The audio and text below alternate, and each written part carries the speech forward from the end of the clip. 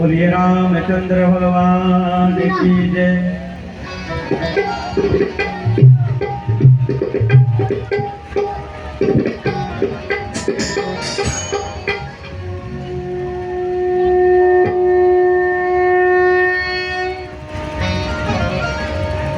शिवनाथ तेरी পূজা করতে করতে এবার সবাই সেবা করবেন, কালী সেবা। शिवनाथ तेरी महिमा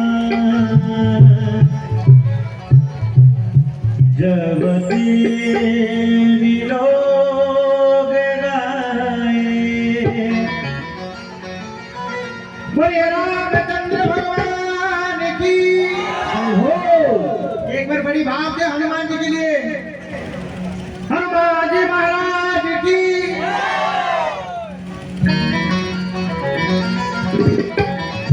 भगवान की शिवनाथ तेरी महिमा जब तेरी लोग गाए।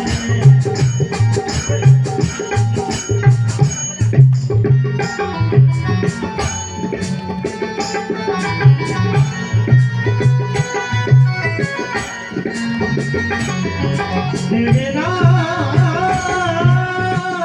तेरी महिमा नाथ तेरी महिमा जब तेरी लोग गाए। शिवनाथ तेरी महिमा जब तेरी लोग गाए। शिवनाथ तेरी महिमा जब तेरी लोग गाए।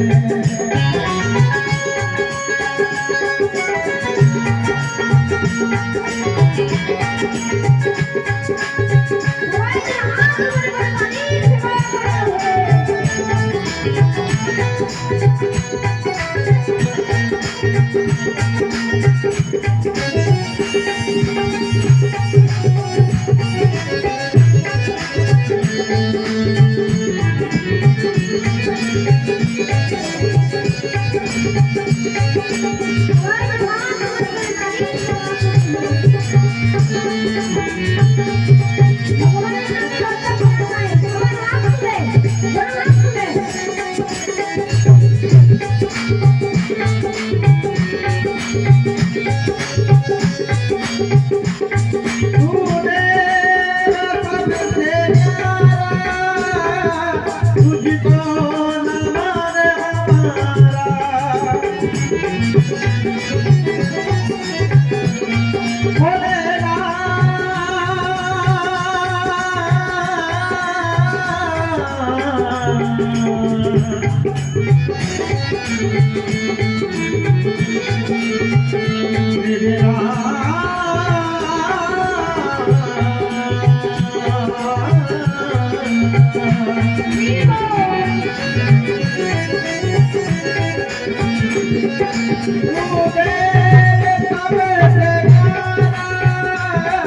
तुझको नमन हमारा,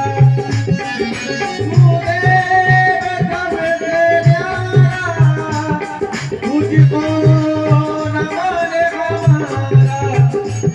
लाए तेरे द्वारे, लाए तेरे द्वारे दर्शन की पावनाई। शिवनाथ तेरी महिमा जब तेरी लोग गाए।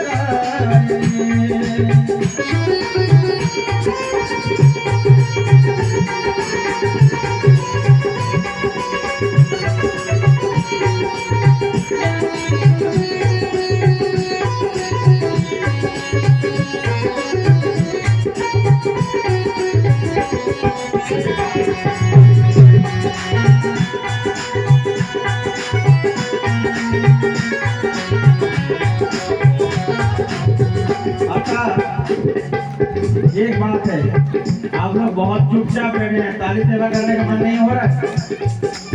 किस चीज का हमारे हनुमान जी को प्यार है बताओ? दोनों हाथ उठाओ, किस चीज को प्यार है? किसी किसी लोगों को प्यार ही नहीं है, हाथ क्यों नहीं उठाओगे भाई? हनुमान जी से प्यार नहीं करते हो भाई? दोनों हाथ उठाओ ऊपर। और देखो, भजन में ताली सेवा करना चाहिए। ये जो गलत रिहाई होते हैं हाथ का, वो कट जाते हैं और संकट दूर हो जाते हैं। एक बार दोनों हाथ में बड़े श्री शंकर भगवान की जय हो।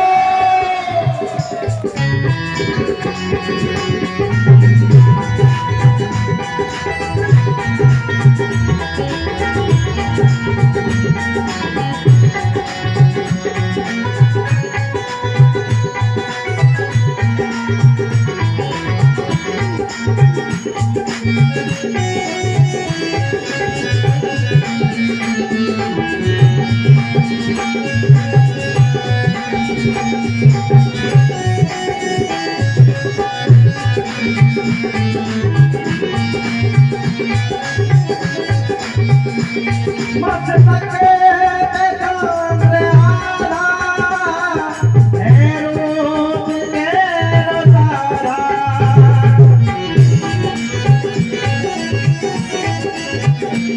मत सके चंद्र आधा, है रूप तेरा सारा। आई है गंगा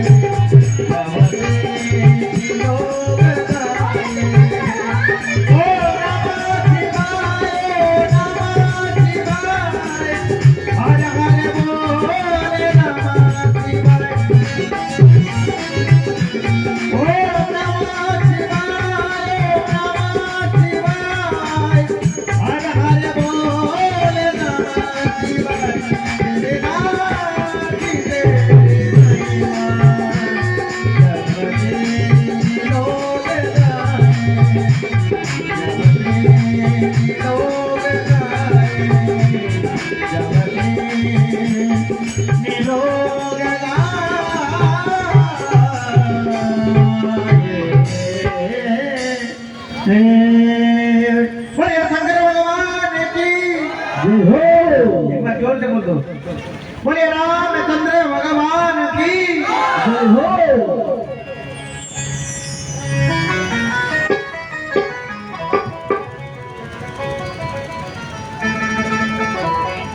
ভাগবত শ্রবণ করার পূর্বে ভাগবতের মাহাত্ম্য শ্রবণ করা উচিত। আচ্ছা, ভাগবতের মাহাত্ম্য হচ্ছে 6টি অধ্যায়, যেটি পদ্ম পুরাণ থেকে নেওয়া হয়েছে। ভাগবতের মাহাত্ম্য হচ্ছে 6টি অধ্যায়, যেটি পদ্ম পুরাণ থেকে নেওয়া হয়েছে। মাহাত্ম্য মানে কি? মাহাত্ম্য মানে হচ্ছে মহিমা। যতক্ষণ পর্যন্ত ভাগবতের মহিমা জানবে, ততক্ষণ পর্যন্ত তার প্রতি কোনো রুচি জাগ্রত হবে না। তাহলে আসুন আমরা সকলে মিলে শ্রীমদ্ ভাগবত শ্রবণ করার পূর্বে ভাগবতের মাহাত্ম্যের বর্ণনা শ্রবণ করব। সবাই সোজা হয়ে বসবে, যেন হাত জোর করে মঙ্গলাচরণের প্রথম শ্লোকে আমরা ভাগবতের প্রথম মঙ্গলাচরণ শুরু করব। ওম নমো ভগবতে বাসুদেবায়।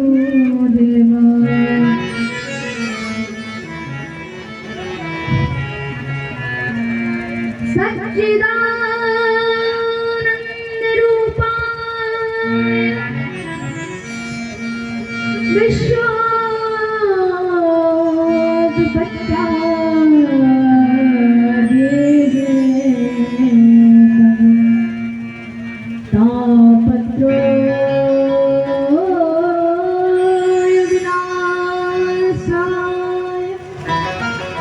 श्री कृष्ण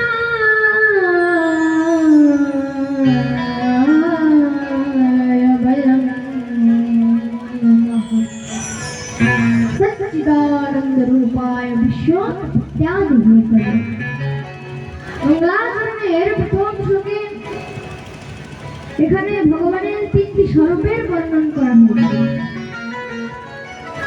ভগবানের তিনটি স্বরূপ কি কি? সৎ, চিৎ আর আনন্দ। সৎ শব্দের অর্থ কি? সৎ মানে হচ্ছে সত্য, যার কোনোদিন পরিবর্তন হয় না তাকে সত্য বলে।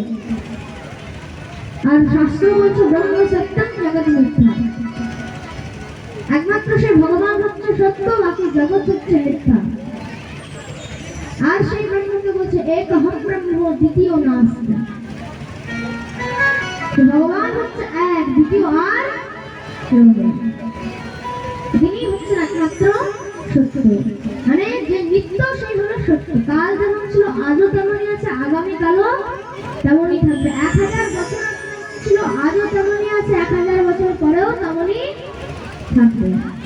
সে হচ্ছে নিত্য, আর যে নিত্য সেই হলো সত্য। বলিয়ে সত্য স্বরূপ ভগবান কি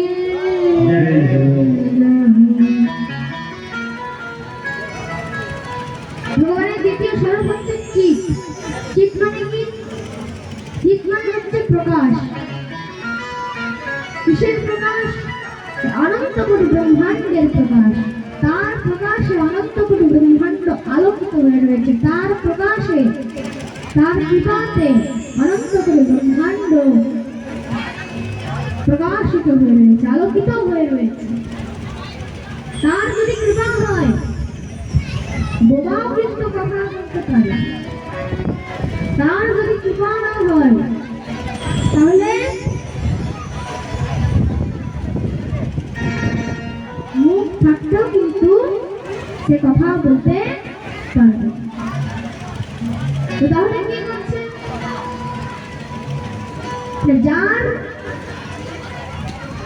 চোখ রয়েছে, যদি ভগবানের যদি কৃপা না হয় তাহলে সেই চোখের মাধ্যমে মানুষ কিছু দেখতে পাবে না। আবার ভগবানের যদি কৃপা হয় অন্ধরাও কিছু দেখতে পাবে। এবার তার জন্য শাস্ত্র বলছে মুখং করতি বাচালং পঙ্গং লঙ্ঘয়তে গিরি যৎকৃপা তমহং বন্দে পরমানন্দ মাধবম।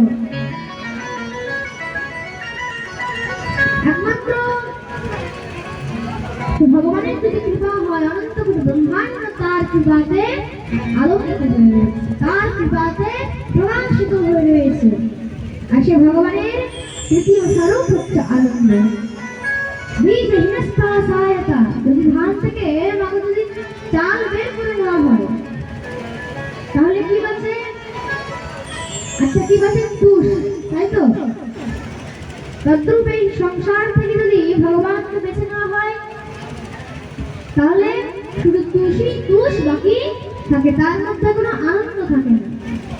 তা আনন্দ কোথায়? আনন্দ হচ্ছে একমাত্র ভগবানের শ্রীচরণে, সেই পরমেশ্বরের শ্রীচরণে। তার জন্য তাকে আনন্দ নয়, তাকে বলা হয়েছে পরমানন্দ। কি বলা হয়েছে তাকে? ভগবানকে কি বলে? পরমানন্দ। বলিয়ে পরমানন্দ ভগবান কি জয় হো। তার জন্য শ্রী তুলসীদাস জি মহারাজ রামচরিত মানসের মধ্যে বর্ণন করেছেন, जो आनंद सिंधु सुख राशि, जो आनंद सिंधु सुख राशि, जो आनंद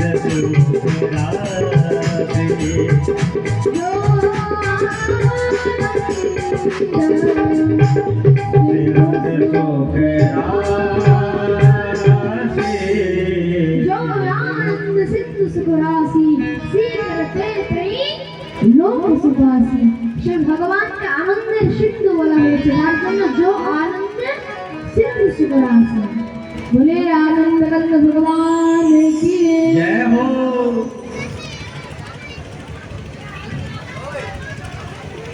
আচ্ছা দেখুন আজকে এই ভাগবত কিসের জন্য হচ্ছে মন্দির প্রতিষ্ঠার জন্য তাই তো হ্যাঁ হনুমান মন্দির প্রতিষ্ঠা হয়েছে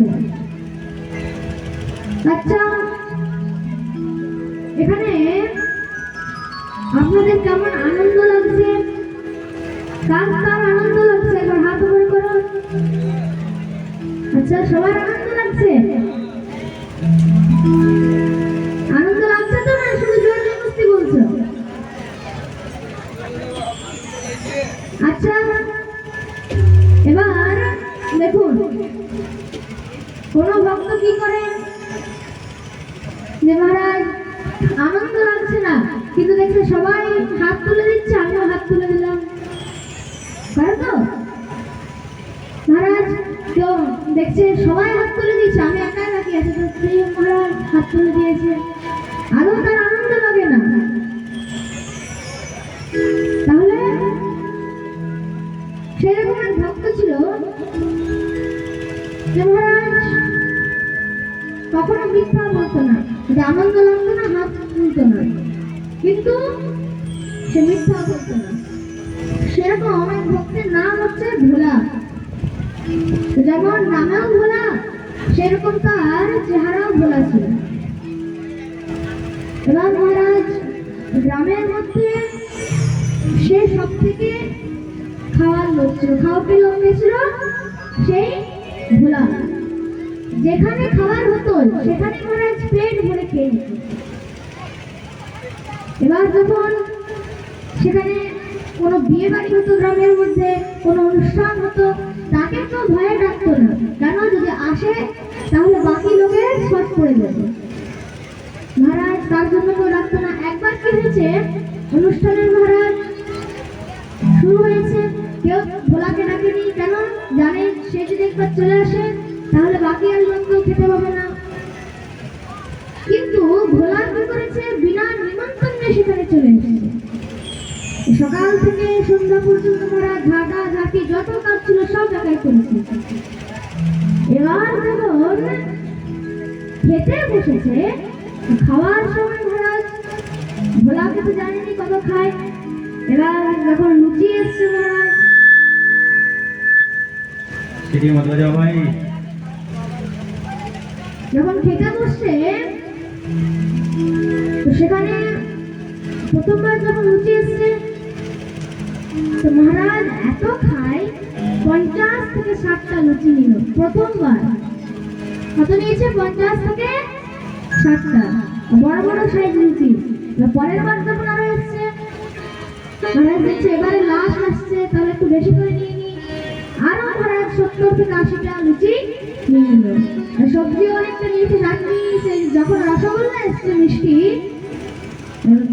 মিষ্টিটা একবারই আসে তো ভাবছে এবারই যত পারবো নিয়ে নিতে হবে তো মহারাজ মিষ্টি কমসে কম 150 থেকে 200 পিস মিষ্টি নিয়েছে কত পিস 150 থেকে 200 ভাবা যায় কমসে কম মিনিমাম তাহলে ম্যাক্সিমাম কত হবে ফ্রেন্ডস বলো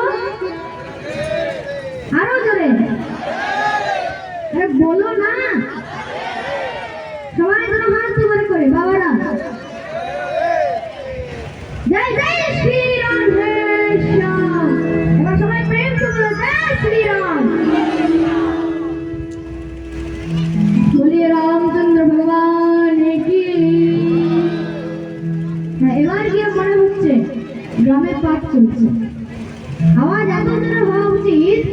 যেন বৃন্দাবন পর্যন্ত রাধারানীর কান পর্যন্ত যেন আওয়াজ যায়। এবার সেই ভোলা মহারাজ এত খাচ্ছে, সব গ্রামবাসীরা লাঠি মারতে মারতে তাকে গ্রাম থেকে বের করে দিয়েছে। এবার মহারাজ খাওয়া ছাড়া সে আর কিছু বোঝে না। যখনই কেউ বাড়ির মানুষ কিছু দিতে আসতো, মহারাজ জানে যে আমাকে তো চিনে গেছে, আমাকে খাবার দেবে না, তখন কি বলতো? সেই ভোলা বলতো যে হরেক দানে দানে পর লিখা হ্যায় খানে ওয়ালে কা। যখন এটা বলতো সব মহারাজ লুচি কচু সব নিয়ে চলে আসতো। এবার যখন গ্রাম থেকে বের করে দিয়েছে আর খাবার জোটেনি তার, সামনে কিছুদিন পেরিয়েছে, 2-3টে গ্রাম পেরিয়েছে, একটা আশ্রম রয়েছে সেখানে। আশ্রমের মধ্যে বাইরে দেখছে এক মহারাজ, তার অনেক বড় পেট আছে। মহারাজ আরামে বসে রয়েছে, জপ করছে। তাকে জিজ্ঞেস করলো, আচ্ছা প্রভু, আপনার তো দেখছি অনেক পেট, এত বড় পেট নিয়ে কি করেন? তাহলে নিশ্চয়ই কোথাও সন্ধানও আছে। হ্যাঁ, ভেতরে যাও, সেখানে সন্ধান হয়ে যাবে। আচ্ছা, যখন খাবার পেয়ে গেছে আর কি না, আর কিছু তাই না, ঢুকে গেছে ভেতরে। তো সেখানে গুরুজি সেখানে জব করছে। গুরুজি, আমি এসছি। হ্যাঁ এসছো, তো কিসের জন্য এসছো? বলছে গুরুজি, আমি খাবার জন্য এসছি। কি বলছে? আমি খাবার জন্য এসছি। এবার যখনই শুরু করছে, এটা সিটি কেন মারছে? এবার যখন শুরু করেছে, তাকে বলছে যে আমি খাবার খেতে এসছি। বলছে এমনি এমনি তো খাবার দেবো না, তাহলে তোমাকে কিছু কাজ করতে হবে। বলছে যা বলবেন তাই করবো, আপনি শুধু পেট ভরে খাবারটা দিয়ে দেন, আপনি শুধু পেট ভরে খাবার দেন। তো ঠিক আছে। এবার মহারাজ সকাল থেকে সন্ধ্যে যা বলতো তাই করতো। খুব মন দিয়ে শুনবেন, যা বলতো তাই করতো। আর যখনই রাতের বেলা খাবার সময় হবে, খাবার ঘরে গিয়ে মহারাজ এত খেত, মানে কেউ বলার লোক ছিল না সেখানে। এবার এমনি করে 10 দিন পেরিয়েছে, 12 দিন পেরিয়েছে, 14 দিন পেরিয়েছে। এবার একাদশী এসছে। মহারাজ একাদশী তো আশ্রমে নিরাহার চলে। এবার নির্জলা একাদশী করেছে গুরুদেব, তো আজকে খাবার ঘর বন্ধ আছে। এবার সব কাজ করছে ভোলা। যখনই খাবার ঘরে গেছে, দেখছে বন্ধ। গুরুজির কাছে বলছে, গুরুজি আজকে খাবার হবে না? আরে বোকা, আজকে নির্জলা একাদশী। মানে নির্জলা মানে কি? নির্জলা মানে হচ্ছে জল পান করতে নেই আজকে। ভোলা বলছে ঠিক আছে, আমি জল পান করবো না, লুচি ইত্যাদি কিছু দিয়ে দাও। বলো জল পান করতে নেই, তো সে বলছে ঠিক আছে জল খাবো না, আলাদা কিছু দিয়ে দাও খাবার, লুচি ভাত ডাল। বলছে আরে জল পান করতে নেই মানে কি? কিছুই খেতে নেই আজকে, নির্জলা একাদশী। যখনই বলেছে, ভোলা বলছে না প্রভু, আমি থাকতে পারবো না, এরকম করেন না, আমি থাকতে পারবো না, একাদশী আপনি করেন না, দয়া করে খাবার দেন, খাবার ছাড়া মরে যাবো। দেখুন, সে কিন্তু একাদশী করে না, তো সত্যিটাই বলছে যে আমি খাবার ছেড়ে মরে যাবো, কিন্তু এটা তো বলেনি যে ঠিক আছে খাবো না, এইদিকে লুকিয়ে লুকিয়ে করে আজ খেয়ে নেবো। আপনি খাবার দেন, নাহলে আমি মরে যাবো। তো গুরুজি দেখছেন এই তো সত্যবাদী, ঠিক আছে, আজকে তো খাবার ঘর খোলা হবে না, এক কাজ কর, তুই কিছুটা আটা নিয়ে যা, আলু নিয়ে যা, সেখানে ওই নদীর তীরে বসে তুই রুটি করবি, আলু সেদ্ধ করবি, সেখানে রুটির মধ্যে ঘি মাখাবি, গুড় মাখাবি, তুলসী পত্র দিয়ে আমাদের প্রভু শ্রী রঘুনাথ শ্রী রামচন্দ্রকে এই প্রসাদ পাইয়ে তুই পাবি। দিয়েছে ভোলা মহারাজ 500 গ্রাম আটা দিয়েছে, 250 মহারাজ আলু দিয়েছে। যখন গিয়েছে সেখানে রুটি করেছে, আলু সেদ্ধ করেছে। আর যখন সব করা হয়েছে তুলসী পত্র দিয়ে, সে বিচার করছে যে আমার গুরুজি বলেছে আগে রঘুনাথকে দিতে, তো সে তো আর জানে না রঘুনাথকে ভগবান না মানুষ। সে ভাবছে আমি যখন গবাগব খাই সেও হয়তো আমার সাথে গবাগব খাবে এসে। এবার সে ডাকা আরম্ভ করে দিয়েছে রাজা রামকে। কি বলছে? রাজা রাম আইয়ে सीता राम आइए मेरे भोजन को भोग लगाइए। राजा राम आइए सीता राम आइए मेरे भोजन को भोग लगाइए। राजा राम आइए सीता राम आइए मेरे भोजन को भोग राजा राम आइए सीता राम आइए मेरे भोजन को भोग लगाइए।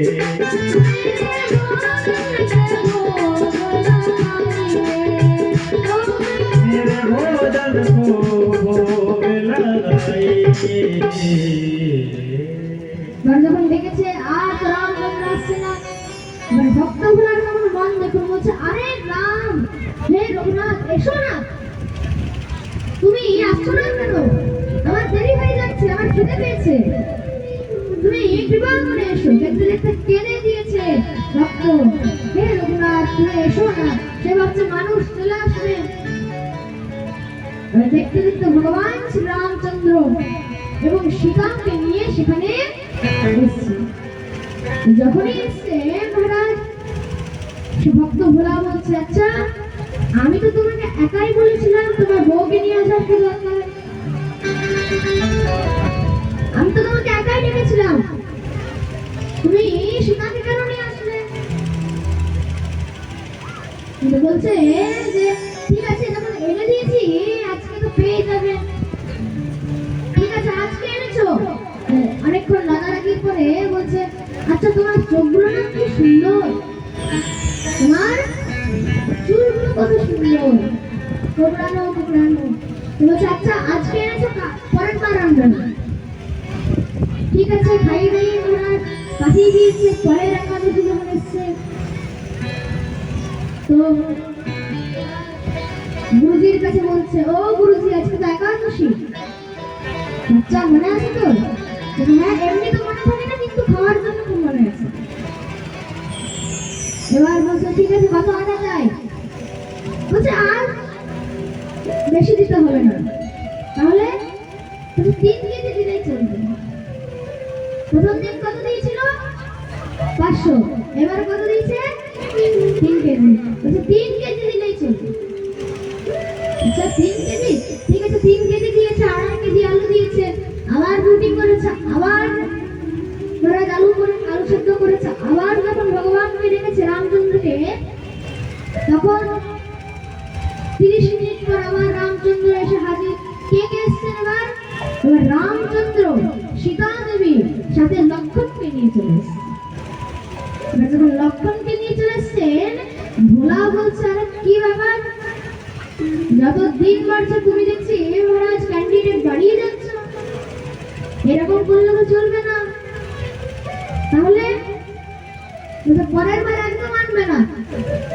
তুমি বললে যে পরের বার আনবো না, এবার তো আরো 2টো ক্যান্ডিডেট বাড়িয়ে দিলে, মাত্র 3 কেজি আটা, তাহলে আমি কি খাবো? যা হয়েছে হয়েছে, ঠিক আছে পরের বার কিন্তু আনবে না। এবার সব মহারাজ খাইয়ে দাইয়ে পাঠিয়ে দিয়েছে। পরের যখন একাদশী এসছে, বলছে, ও গুরুজি, গুরুজি গো আজকে একাদশী, একাদশী কত চাই? কি টাকা কত চাই? এবার বেশি দিতে হবে না, এবার বেশি দিতে হবে না, 7 কেজি দিলেই চলবে। কত? 7 কেজি দিলেই চলবে।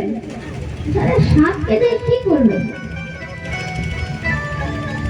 বলছে আরে কুলাচ্ছে না তো গুরুজি, আমার কুলাচ্ছে না। আচ্ছা ঠিক আছে নিয়ে যান। এবার 7 কেজি আলু দিয়েছে, 5.5 কেজি আলু দিয়েছে, আর 7 কেজি আটা দিয়েছে, নিয়ে গিয়েছে। আবার রুটি করেছে। ভগবানকে যখন ডেকেছে, এবার ভগবান শ্রী রামচন্দ্র সীতা দেবী লক্ষণ সাথে ভরতকে নিয়ে চলে এসেছে। তো এবার তো ভক্ত ভরত চিন্তা করে নিয়েছে, আজ আমি কিছু বলবো না, তোমাকে দেখাচ্ছি পরের একাদশীতে। এবার তখন খাইয়ে দাইয়ে নিয়ে চলে গেছে। পরের একাদশী যখন আসছে, মহারাজ আজকে একাদশী গুরুজি, কত আটা লাগবে? এবার বেশি দিতে হবে না, 11 কেজি দিলেই চলবে। আর তুই একাদশী বলিস না, এবার থেকে তুই আটাদশী বলবি। প্রেম সে বলো, তুই আজ থেকে একাদশী বলিস না, এবার থেকে তুই আটাদশী বলবি, তাহলে সব থেকে ভালো। ঠিক আছে, দিয়েছে এবার 11 কেজি আটা, আর মহারাজ 9.5 কেজি আলু দিয়েছে। এবং নিয়ে গেছে, এবং এবার আজকে কিন্তু না রুটি বানিয়েছে না আলু সেদ্ধ করেছে। আর এইদিকে গুরুজি হচ্ছে এত আটা নিয়ে কি করবে, বিক্রি করে দেয় নাকি? পেছনে পেছনে গিয়েছে গুরুজি, কিছু বলেনি তাকে, লুকিয়ে লুকিয়ে দেখছে আজকে না রুটি করেছে না কিছু আলু করেছে, শুধু ভগবানকে রাখা আরম্ভ করে দিয়েছে। রাজা রাম আইলে सीता राम आइए मेरे भोजन के भोग लगाइए। राजा राम आइए सीता राम आइए मेरे भोजन को लगाइए। राजा राम आइए सीता हाथ लाइए मैया हाथ लाइए मेरे भोजन के भोग। राजा राम आइए सीता राम आइए मेरे भोजन को लाइए। राजा राम आइए सीता राम आइए मेरे भोजन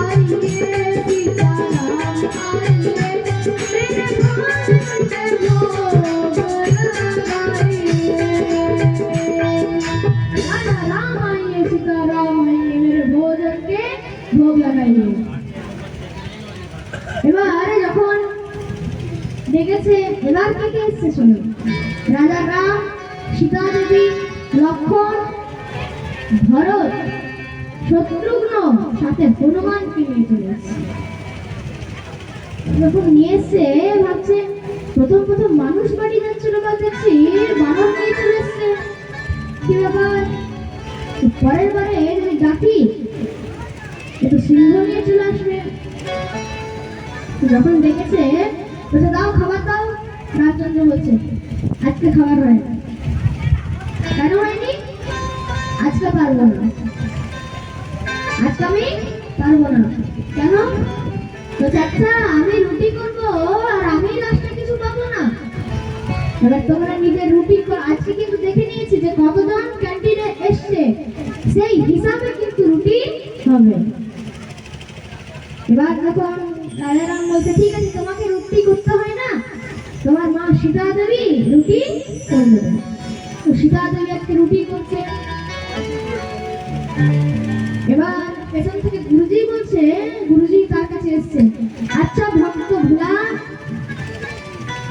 এই ভোলা তুই যে বললি সব রুটি করবো খাবো, কই আটা তো এখানে পড়ে আছে, আজকে পারবো না। পারবো না মানে? আচ্ছা রুটি খাবি না? বলছে না আমি পারবো না, ওই যে সীতা দেবী করছে। কই সীতা দেবী? এখানে তো কেউ নেই। আরেক গুরুজি দেখতে পাচ্ছেন এখানে রামচন্দ্র তার নিজের সমস্ত সূর্য বংশকে নিয়ে বসে আছে। কই এখানে তো কেউ নেই, আমি তো দেখতে পাচ্ছি না। আচ্ছা তুই দেখছি আমার সাথে ধোঁকা করলি, এত আটা নিয়ে গিয়ে তুই সেগুলো বিক্রি করে দিস? আচ্ছা না না আমি তো খাই, ভগবানকে খাওয়াই। আসলে এত বেশি আটা কেন নিয়ে আসছি? দেখছি ভগবান শ্রী রামচন্দ্র যত দিন বাড়ছে তত এক এক করে ক্যান্ডিডেট বাড়িয়ে যাচ্ছে। আর বলবেন না গুরুদেব আজকে তো মহারাজ ক্যান্ডিডেটের সঙ্গে একটা বানরকে নিয়ে চলে এসেছে।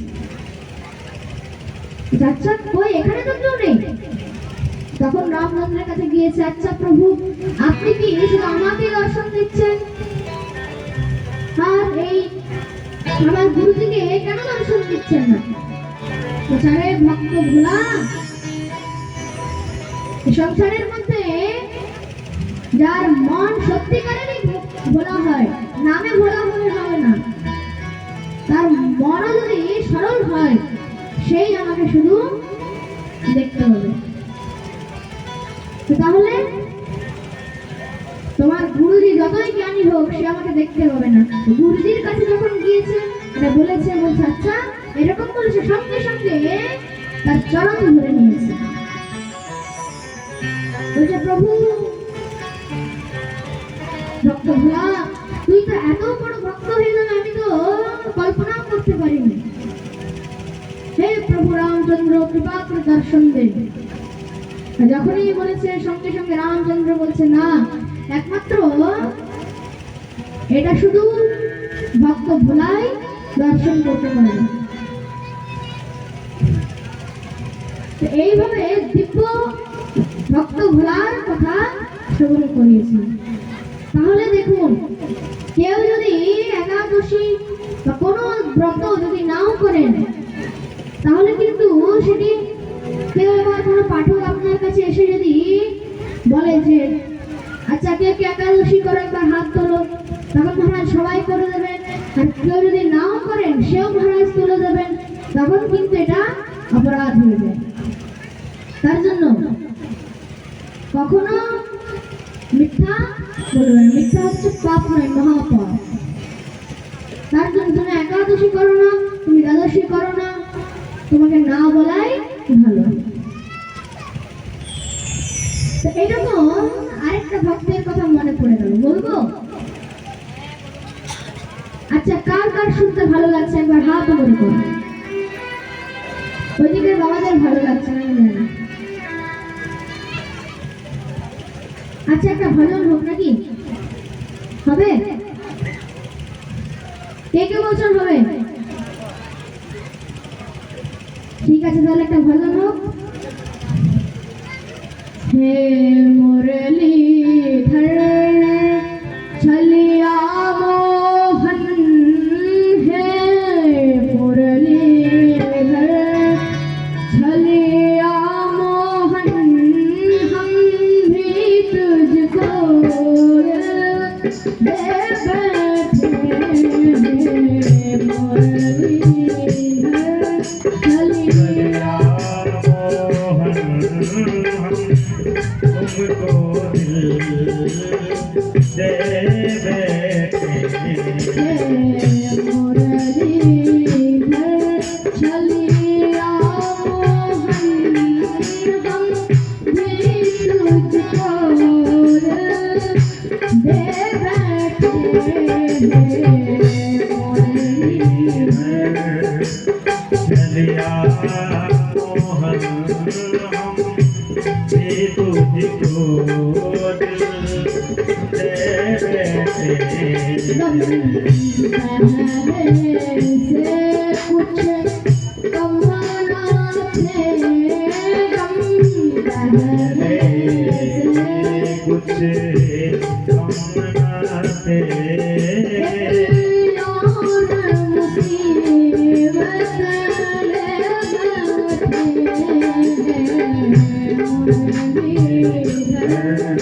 छलिया मोहन, हम भी तुमको दिल दे बैठे हैं, छलिया मोहन।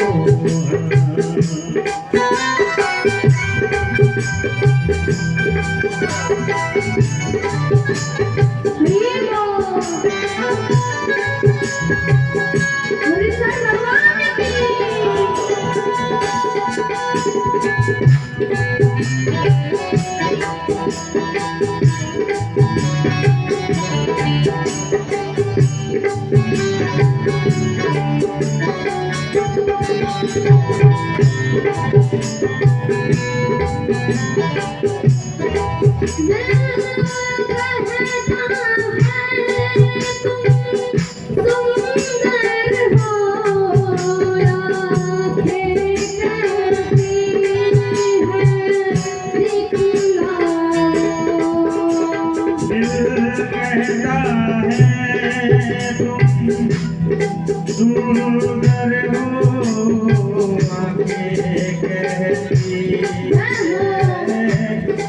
दिखलाओ मिलते नहीं यहाँ आकर के तुम मिलते नहीं हो आकर के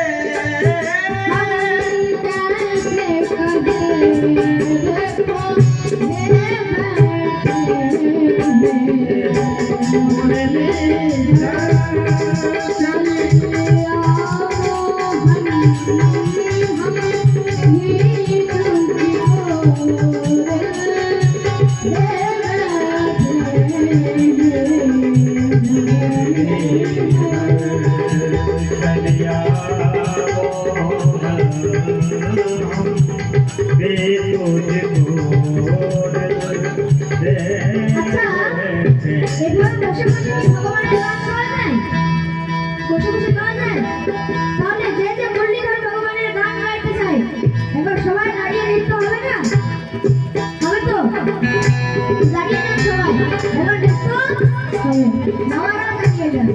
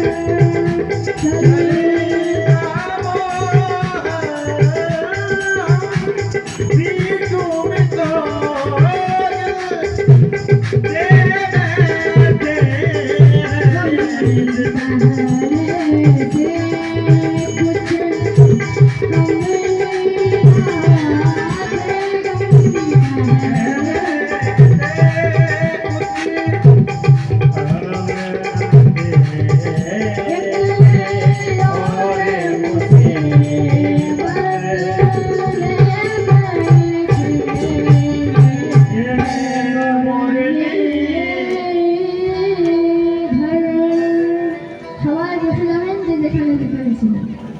बोलिए मुरलीधर भगवान की, बोलिए शिव शंकर भगवान की, बोलिए राजा रामचंद्र भगवान की।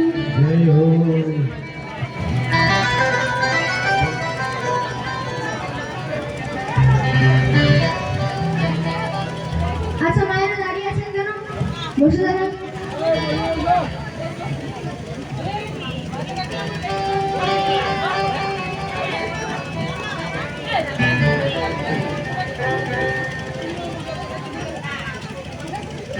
আচ্ছা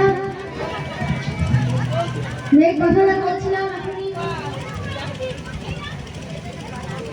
যে এক ভক্তের কথা মনে পড়ে গেল, তার নাম কি?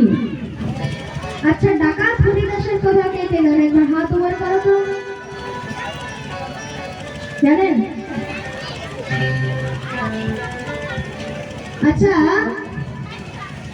ডাকাত হরিদাস ইনিও কিন্তু ভগবানকে পেতে যায়নি, ভক্তি দিয়ে পায়নি, কিন্তু তা ভগবানের যে গয়না 9 লাখের যে 80 লাখ 81 লাখ পর্যন্ত যে গয়না করে থাকে ভগবান, তো সে 81 লাখের গয়নার লোভে সে ভগবানকে পেতে পেরেছে। তো এইভাবে অনেক ভক্ত আছে, কিন্তু আজকে বেশি বিলম্ব না করে ভাগবতের মূল কথাতেই এগিয়ে যায়, তাই তো? তাহলে দেখুন এইভাবে সে ভগবানের 3টি স্বরূপের বর্ণন করেছে, এবং সে ভগবান করেন কি? সে ভগবান করেন কি বিশ্ব প্রত্যাদি, বিশ্বের উৎপত্তি, পালন এবং সংহার। এবার ত্রিতাপ যারা নাশ করেন, তাপত্রয় বিনাশায়। ত্রিতাপ যারা কি কি? দৈহিক তাপ, জৈবিক তাপ আর ভৌতিক তাপ। আচ্ছা দৈহিক তাপ কি? দেখুন দৈহিক তাপ থেকেও কিন্তু কোনো জীব সহজে মুক্ত হয়ে বেরিয়ে যেতে পারবে না। আচ্ছা দৈহিক তাপ কিন্তু 2 প্রকারের হয়, একটা হচ্ছে শারীরিক, আরেক হচ্ছে মানসিক। এক হচ্ছে শারীরিক আর আরেকটা হচ্ছে মানসিক। আচ্ছা শারীরিক মানে কি? শারীরিক মানে এই যে নিজের দেহের নিয়ে, শরীরের নিয়ে যে জ্বালা রয়েছে, এগুলোকে বলছে শারীরিক। মানে কারো মাথা ব্যথা, কারো কোমরে ব্যথা, কারো পায়ে ব্যথা। আপনাদের আজকে হয়তো বসে পায়ে ব্যথা হয়ে গিয়েছিল, একবার সময় ওঠা হলো, খুব ভালো হলো, হলো তো? এই যে পায়ে ব্যথা, মাথায় ব্যথা, মুখে ব্যথা, ঘাড়ে ব্যথা, কোমরে ব্যথা, পিঠে ব্যথা, কারো জ্বর, সর্দি, কাশি, ক্যান্সার, সুগার, ব্লাড প্রেশার, এগুলো হচ্ছে সব শারীরিক। আর মানসিক কি? মানসিক যে অশান্তি, নিজের মনের মধ্যে যে চিন্তা রয়েছে, যে টেনশন রয়েছে। আচ্ছা টেনশন মানে কি? টেনশন মানে কি? কি? চিন্তা। আচ্ছা দেখুন যদি টেনশনকে যদি সন্ধি বিচ্ছেদ করা হয়, টেন আর সান। টেন মানে কি? টেন মানে কি? 10, তাই তো? টেন মানে 10, আর সান মানে কি? সূর্য, মানে 10টা সূর্য। তো দেখুন এত গরমের মধ্যে যখন রোদে একটা সূর্য আমাদের মাথার মধ্যে পড়ে, তো মহারাজ মাথা গরম হয়ে যায়। তো সেই বলছে যদি একসাথে 10টা সূর্য যদি আমাদের পুরো চারদিক ঘুরে, তাহলে হলে খোপড়ি একদম পুড়ে যাবে, হবে তো? তো একসাথে 10টা সূর্য যখন আমাদেরকে তাপ দেবে সেটা হচ্ছে টেনশন। প্রেম সে বলো রাধে রাধে, বলো না আরো জোরে, শুনতে পাইনি এখনো? জয় শ্রী রাধে শ্যাম। মাঝে মাঝে রাধে রাধেরা বলতে থাকবেন, কেন? পাঠের সময় দুই অতিথি কিন্তু খুব তাড়াতাড়ি ঘরের মধ্যে যাচ্ছে। এই দুইজন কিন্তু হচ্ছে দুই ভাই বোন, এক হচ্ছে আলস্য, এক হচ্ছে নিদ্রা দেবী। আচ্ছা, যখন দেখবেন পাঠ হয় তাদেরকে কিন্তু নিমন্ত্রণ করতে হয় না, যেখানেই পাঠ হয় বোনকে বলবে চল বোন এখানে পাঠ হচ্ছে যাবো। যখনই এসে পড়ে মহারাজ এখানে আসবেন, তো আপনারা দেখবেন এক মনে যখন বসে থাকবেন তো দেখবেন আস্তে আস্তে আলস্য দেব আপনার কানের ওপর চাপবে। যখন আলস্য চলে আসছে তার বোনকেও ডেকে নেবে, চলে আয় দিদি জায়গা হয়ে গেছে, রাখবে তো? মহারাজ আলস্য আসবে, তারপর নিদ্রা দেবীও চলে আসবে। তার জন্য মাঝে মাঝে রাধে রাধে বলতে থাকবে, যখনই হাত উঠাবে তখনই আবার ঘাট থেকে আলস্য নিদ্রা দেবী নেমে যাবে। আচ্ছা, এবার এখন কোথাও কোথাও এমনও হয় যে পাঠের মাঝে যেখানে শ্রোতা বসে রয়েছে মাঝে মাঝে মহারাজ এক দুইজন করে সোজা সোজা লম্বা হয়ে শুয়ে যায়, হয়তো? হ্যাঁ,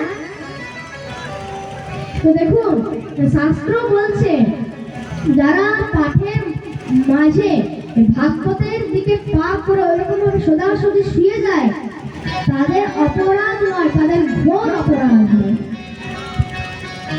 তাদের ঘোর অপরাধ হয় যে এমনি ভাবে শুয়ে যায়। শুয়ে গেলে কি হলো, আপনার পাঠের দিকে মন লাগলো আর আপনাকে তখন নিদ্রা দেবী আচ্ছন্ন করে নেবে। তারপর সবাই জোর সরে বলি বৃন্দাবন বিহারী লাল কি। এবার কি মনে হচ্ছে গ্রামে পাঠ হচ্ছে? এবার মহারাজ রাস্তা দিয়ে গেলে বুঝে যাবে এখানে পাঠ হচ্ছে, চলে আসবে। এটাই তো পাঠের নিয়ম। কেউ কি মহারাজ এক জায়গা থেকে আরেক জায়গায় আরো 10 জনকে বলবে, সে আরো 10 জনকে বলবে, এভাবেই তো লোক একত্রিত হয়, তাই তো? তো এইভাবে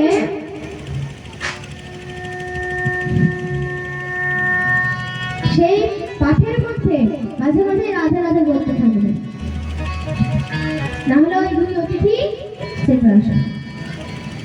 সেই হচ্ছে টেনশন, মানে চিন্তা। সেই হলো দৈহিক তাপ। দৈবিক তাপ কি? দৈবিক তাপ মানে হচ্ছে দেবতাদের দ্বারা যে পদব্রজে যে দুঃখ কষ্ট ভোগ করি। একটু আগেই যেমন দেবরাজ ইন্দ্র মহারাজ ঘোর ঘন বৃষ্টি লাগিয়ে দিয়েছিল, আবার কিছুক্ষণ আগে পবনদেব এত জোরালো বাতাস হয়েছে, এগুলো তো সব দেবতাদেরই চাল, তাই তো? এগুলোকে বলছে দৈবিক তাপ। মানে কোথাও অতিবৃষ্টি, অনাবৃষ্টি, কোথাও বন্যা, কোথাও খরা, কোথাও আবার খুব গরম, আবার কোথাও খুব ঠান্ডা। মহারাজ একটু ফ্যান না চললে মহারাজ দুর্গতি হয়ে যাচ্ছে মানুষের শরীরে। তো তার জন্য এখন এগুলো সব হচ্ছে দৈবিক তাপ। দৈবিক তাপের মধ্যেও কিন্তু মানুষ জ্বলতে থাকে। আর তৃতীয় কি? ভৌতিক তাপ। ভৌতিক তাপ মানে কি? ভৌতিক তাপ মানে হচ্ছে কোথাও আপনি যাচ্ছেন, কোনো পশু পক্ষীটা আপনাকে মেরে দিল বা কোনো সাপ কেটে দিল, তো এরকম হলে তখন ভৌতিক তাপ হয়েছে। কখন কোন রাষ্ট্রে, কোন রাজ্যে, কোন জায়গায়, কোন জায়গায়, কোন গ্রামে কি হয়ে যাবে আমরা কিন্তু কেউ বলতে পারবো না। তাহলে ভগবানের যদি একমাত্র কৃপা হয় তাহলে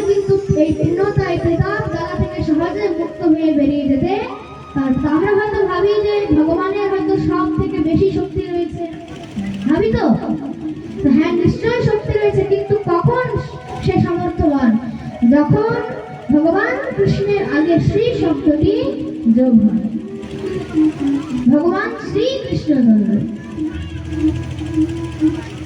তো দেখুন শ্রী মানে কে? শ্রী মানে অন্য কেউ নয়, শ্রী মানে হচ্ছে শ্রীমতী রাধারানী। বলে রাধারানী সরকার কি। এবার তার জন্য সব যত বড় বড় ঋষিমুনিগণ রয়েছে সবাই সেই রাধা রানীর তপস্যা করে চলছে। তিন লোকের মধ্যে সেই রাধা রানী হচ্ছে সর্বশ্রেষ্ঠ। এবার সাধারণ ঋষিমুনি তো ছাড়ো, ব্রহ্ম বৈবর্ত পুরাণের মধ্যে লেখা রয়েছে আদি কবি ব্রহ্মা পর্যন্ত রাধারানীর 60,000 বছর পর্যন্ত তপস্যা করেছিলেন। আসুন আমরা সকলে মিলে একবার শ্রীমতী রাধারানীর শ্রীচরণ বলবেন। আচ্ছা, এই যে রাধে রাধে বলছি, রাধে রাধের মহিমা কি? রাধে রাধের মহিমা কি? হ্যাঁ, রাধে রাধের মহিমা কি গো? আচ্ছা দেখুন, এক শেঠজি মহারাজ ছিলেন, তার বাড়ির মধ্যে নিত্য বিগ্রহ পূজা হতো, সেবা হতো, কিন্তু তার যে পুত্র ছিল তার কোনো মতি ছিল না ভগবানের প্রতি। তার জন্য একবার যখন তার বাড়িতে গুরুদেব এসছে, তখন তাকে বলছে, আচ্ছা গুরুদেব, আমার বাড়ির মধ্যে নিত্য বিগ্রহ পূজা হয়, কিন্তু আমার ছেলের কেন ভগবানের প্রতি মতি নেই? বলছে ঠিক আছে, কোনো চিন্তা করো না, আমি এর মতি ফিরিয়ে দেব। ঠিক আছে, তাকে অন্যত্তরে নিয়ে গেছে। বলছে আচ্ছা বাবা, একবার রাধে রাধে বলো তো। কি বলেছে? একবার রাধে রাধে বলো। এবং হরে কৃষ্ণ বলতে পারতো, জয় নিতাই বলতে পারতো, জয় শ্রীরাম বলতে পারতো, জয় গৌর বলতে পারতো, জয় নিতাই বলতে পারতো, কিন্তু কেন বলেনি? সে বলেছে রাধে রাধে বলবো। তো সে উল্টো তর্ক করছে, রাধে রাধে বললে কি হবে? গুরুদেব বলছে, যেদিন তুমি জেনে যাবে যে রাধে রাধে বললে কি হবে, সেদিন তুমি আর এই রাধে রাধে ছাড়তে পারবে। একবার ভুলবশত তার মুখ থেকে রাধে রাধে উচ্চারণ হয়ে গেছে। গুরুজি চলে গেছে। গুরুজি যখন চলে গেছে, মহারাজ তার এবার মৃত্যু হয়েছে। যখন মৃত্যু হয়েছে, সে সারা জীবন শুধু পাপী পাপ করে গেছে, তো নরকে গেছে। কোথায় গেছে? নরকে। আচ্ছা, অনেকে ভাবে হয়তো নরকে যমরাজা থাকে, অনেকে ভাবে তো, কিন্তু না, যমরাজার জন্য আরেকটা লোক রয়েছে যাকে বলে যমলোক। আর সেই নরক কি, মাঝে মাঝে ওই নরক হচ্ছে রাউন্ড দেওয়ার জায়গা। মাঝে মাঝে সেই যমরাজা আসেন না, একবার করে সে নরকের মধ্যে রাউন্ড দিয়ে দেন। তার জন্য এবার যখন নরকে গেছে ধর্মরাজের কাছে, ধর্মরাজ বলছে চিত্রগুপ্তকে, আচ্ছা দেখো এই হিসাব কিতাব বের করুন। তো প্রভু দেখছি এ তো সারা জীবন শুধু পাপই পাপ করে গেছে। আরে সারা জীবন পাপ করে গেছে, এই রাম রাম রাম। কিন্তু প্রভু একবার ভুল বশত রাধে রাধে বলে ফেলেছে, জেনে বুঝে নয়, ভুল বশত। বলছে আচ্ছা, তাহলে রাধে রাধের মহিমা কি? রাধে রাধের মহিমা যতক্ষণ পর্যন্ত না জানবো, তাকে তো শাস্তি দেওয়া যাবে না। তো বলছে নিশ্চয়ই এটা দেবরাজ ইন্দ্র বলতে পারে, নিয়ে চলো তার কাছে। বলছে আমি এমনি যাবো না, আপনি ধর্মরাজ হয়ে বলতে পারলেন না, তাহলে আমি আপনার কাঁধে চড়ে যাবো। তো গিয়েছে দেবরাজের কাছে। দেবরাজের কাছে যখন গিয়েছে, দেবরাজকে প্রশ্ন করা হলো রাধে রাধের মহিমা কি? রাধে রাধের মহিমা তো দেবরাজও বলতে পারেনি। বলছে আমি এটা বলতে পারবো না। কে বলতে পারে? নিশ্চয়ই এটা দেবাদেব মহাদেব বলতে পারে। তো নিয়ে চলুন তার কাছে। তাই যখন গিয়েছে দেবাদেব, বলছে আমি এমনি যাবো না, আপনি দেবরাজ হয়ে আপনি এটা বলতে পারলেন না, তাহলে আমি আপনারও কাঁধে চড়ে এবার আপনিও নিচে আসুন। ধর্মরাজ যখন নিচে নিয়ে নিয়েছে, এবার গিয়েছে দেবাদিদেবের কাছে। দেবাদিদেবের কাছে যখন গিয়েছে, দেবাদিদেব তো ধ্যানে বসে সব দেখে নিয়েছে। রাধে রাধে এর মহিমা কি?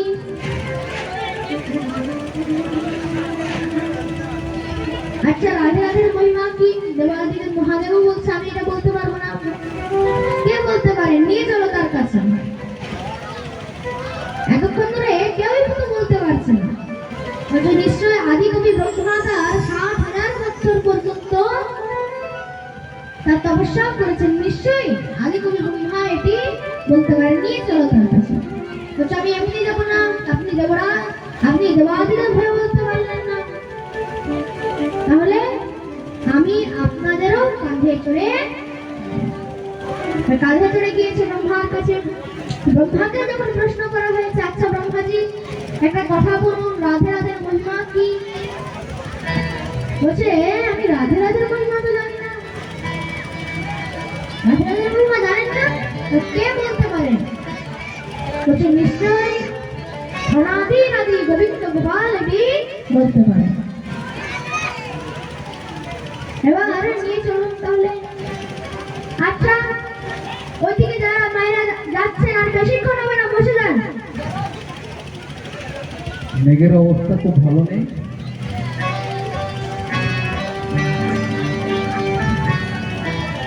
আচ্ছা, এবার যখন ভগবানের কাছে গিয়েছে, ভগবান তো সব অন্তর্যামী, কি বলছে কি হয়েছে না? প্রভু রাধে রাধের মহিমা কি? রাধে রাধের মহিমা তো আমিও জানি না। আদিকবি ব্রহ্মা তাকে বলেছে, তিনি অন্তর্যামী। যখন সবাই এরকম বলে আসছে, সে অনাদির আদি গোবিন্দ গোপাল বলছে দেখো এখনো তুমি বুঝতে পারোনি রাধে রাধের মহিমা কি?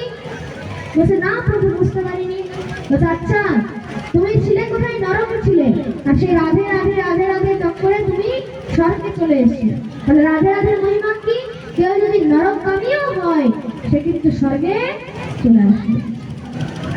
আচ্ছা, কেউ কত ভুল বসত রাধে রাধে বলেছিল, তাহলে আমরা জেনে বুঝে রাধে রাধে বলছি। এবার সবাই প্রেম সে বলে রাধে রাধে, রাধা রানী সরকার কি? সবাই আসুন একবার শ্রীমতী রাধা রানীর শ্রীচরণ বন্দন করুন।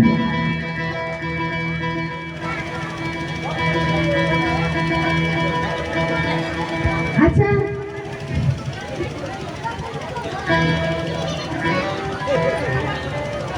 আচ্ছা দেখুন, আজকে তো মেঘের অবস্থা ভালো নেই, কেউ যাবেন না, এবার বিশ্রাম হবে। বিশ্রাম সময় কিন্তু কাউকে যেতে নেই, ভগবানের পাপ লাগে। আর এই তিন লোকের সর্বশ্রেষ্ঠ রাধা রানীর চরণ বন্দন করতে করতেই আজকে আমাদের প্রথম দিবসের এই পাঠ দিব্য বিশ্রাম করছে। আবার যদি রাধা রানীর কৃপা হয়, আবার কখনো 7 দিনের পাঠ এই মঞ্চে বসে আবার কখন আপনাদেরকে শ্রবণ করাবো। আজকে ওয়েদার খারাপ আছে, ওই জন্য বেশিক্ষণ হচ্ছে না, সবাই তো চলে যাচ্ছে। আমারও পাঠ করতে ভালো লাগছে না। ঠিক আছে, কেউ চিৎকার করবেন না, সবাই দাঁড়িয়ে যাবেন। এবার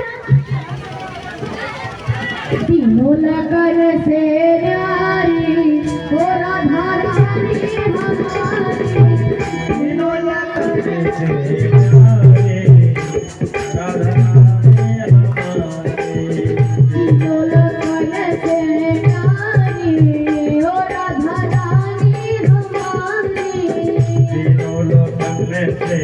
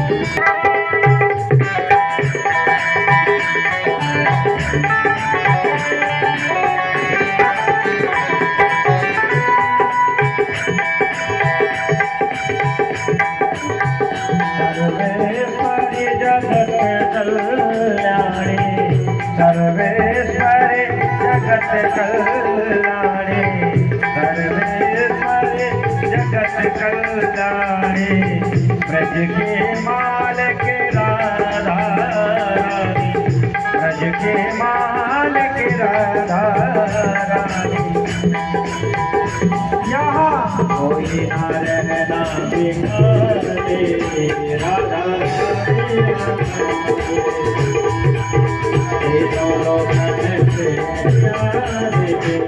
राधा रानी राधे हमारे महारानी राधे हमारे महारानी तीनों से राधा रानी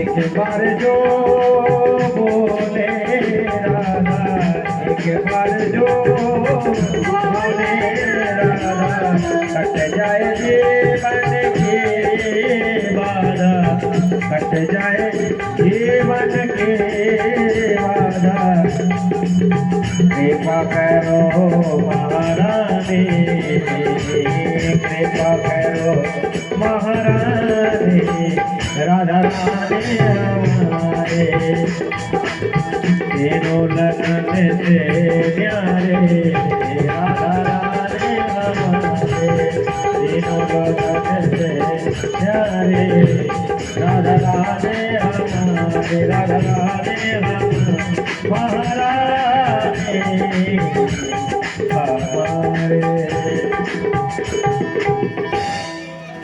ভজন করবেন একটা ভজন করবেন তো আপনারা সবাই নাচবেন তো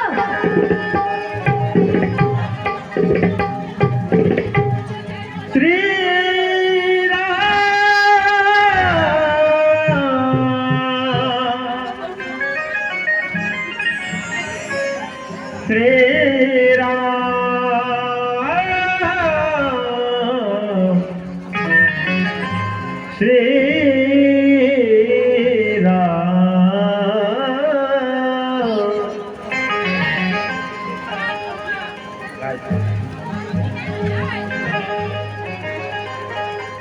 देख लो मेरे दिल के नगीने में श्री राम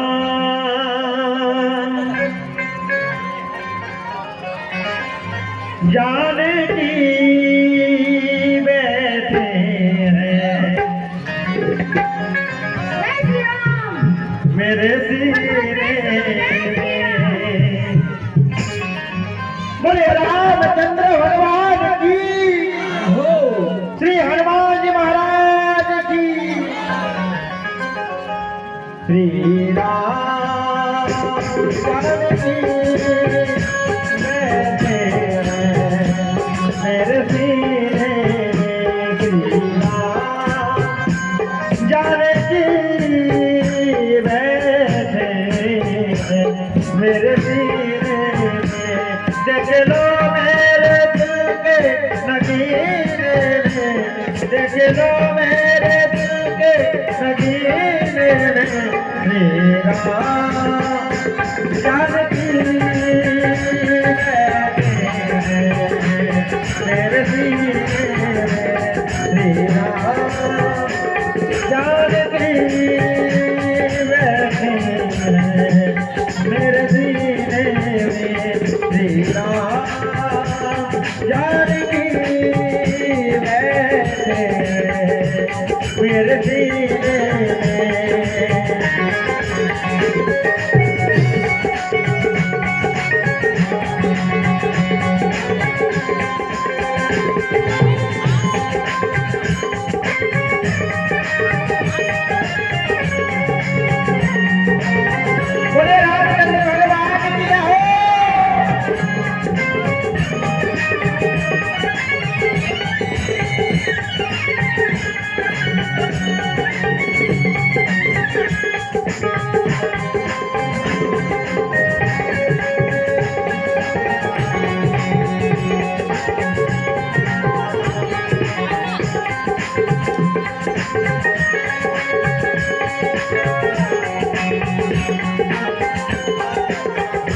राम रसिया हूँ मैं, राम सुमिरन करूँ, राम रसिया हूँ मैं। श्री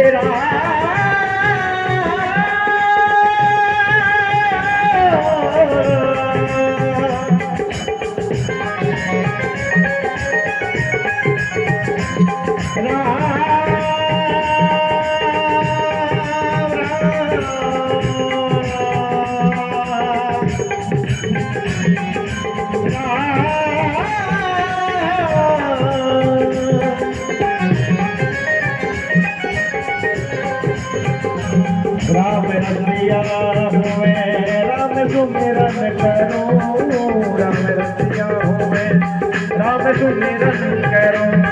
सिया राम जी का सादा ये चिंतन करो, सिया राम जी का सादा ये चिंतन करो। सच्चा आनंद है,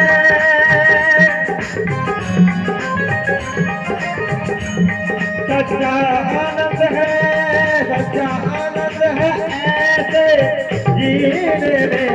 श्री राम जानती बैठे हैं मेरे सीने में, श्री राम जानती बैठे हैं मेरे सीने में।